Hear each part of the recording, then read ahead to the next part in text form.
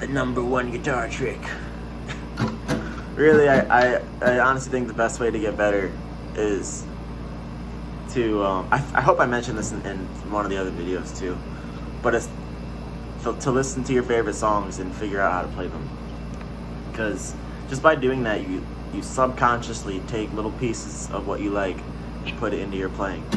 And if you listen to it and figure it out by ear, it just seeps into your brain better than it would any other way. I have no science to back that up, but I really believe it, and I think it makes sense. So yeah, I mean, and figuring out the songs is not really as hard as you think. I promise you'll probably surprise yourself. You'll surprise yourself. I think I did.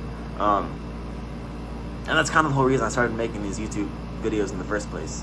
Well, not the whole reason, but you know, I was doing it, trying to figure out these songs. A lot of them had like the wrong tab, or they're missing a tab. I knew that from when I was looking up the chords and stuff.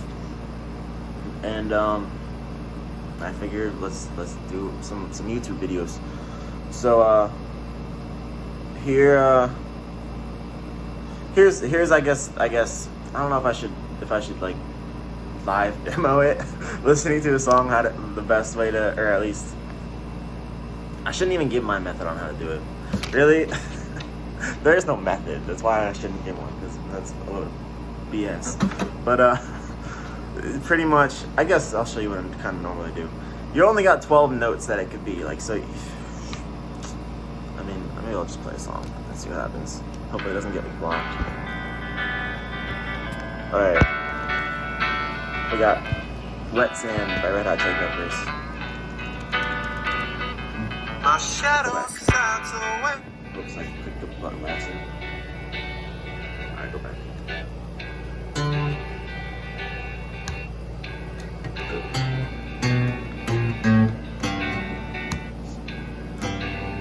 Starts off with the G. I can't even listen to it through my speakers right now, because it's like coming through my Mac speaker. And it's loud ass AC, so this is not gonna work that well, but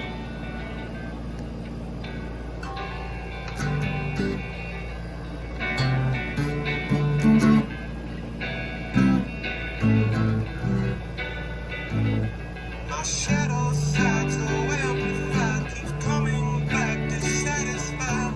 Elementary sound, but it's so. My love affair with everywhere, innocent. Why do you care? Someone stop the car, time to go. so alright, so there you go. It was sounded like a G to a D to an E minor to a B minor.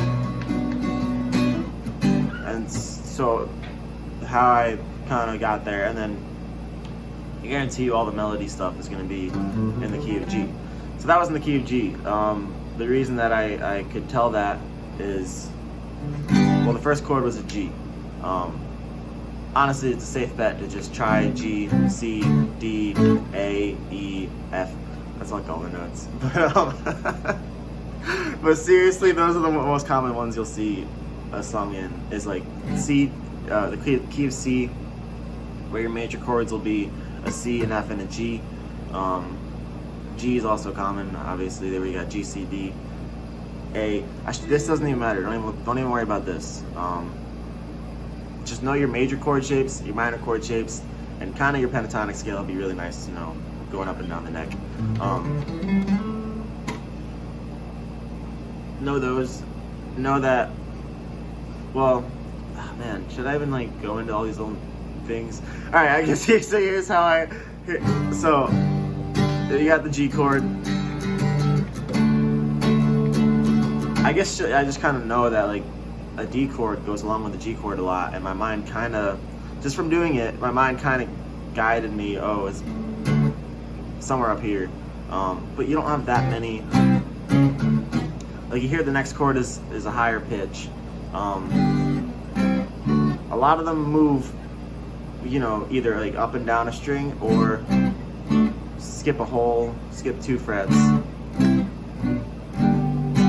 But if you can see your 1, 2, 3, 4, 5, or 1, 2, 3, 4, 5, 6, or your 1, 2, 3, or sorry, 1, 2, 3, 4, 5, 6. If you can see that like fairly easily, and you know your 1 chord is usually major, pretty much always. 2 and 3 are pretty much always minor. 4 and 5 are pretty much always major. 6 is always minor, or pretty much always minor. 7, don't worry about 7. You never see it. Or yeah, you do sometimes, but don't worry about it. Or do whatever you want. I mean, it'll make you better if you do worry about it. But yeah, you don't see it that often in like popular songs, or even in easy listening songs. I'll say that, like super easy listening songs, you don't really hear it. Yeah, so there you go. So that's how I figured out the chords. I knew it was in the key of G, so I just know where that looks like on the guitar now. So maybe it takes a little bit of just repetition to see it that way. But oh, and the one that had the E minor, like that one was, I kind of just knew. That one I could just kind of tell by the sound. Some of them you can kind of tell by the sound. The G chord, it doesn't take me that long to find it. Same with the E minor, whatever. And then as far as the melody, which I didn't take the time to figure out,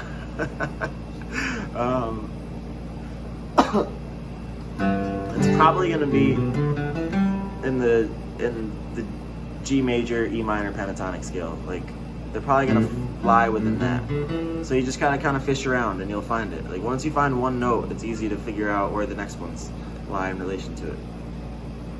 So I really think that that's the best way to get better. Just spend some time doing that if you want, and you'll pick up little bits and pieces of your favorite songs, and you don't have to stick them in your playing. They will find their way. They'll find their way in there. All right. Oh, and yeah.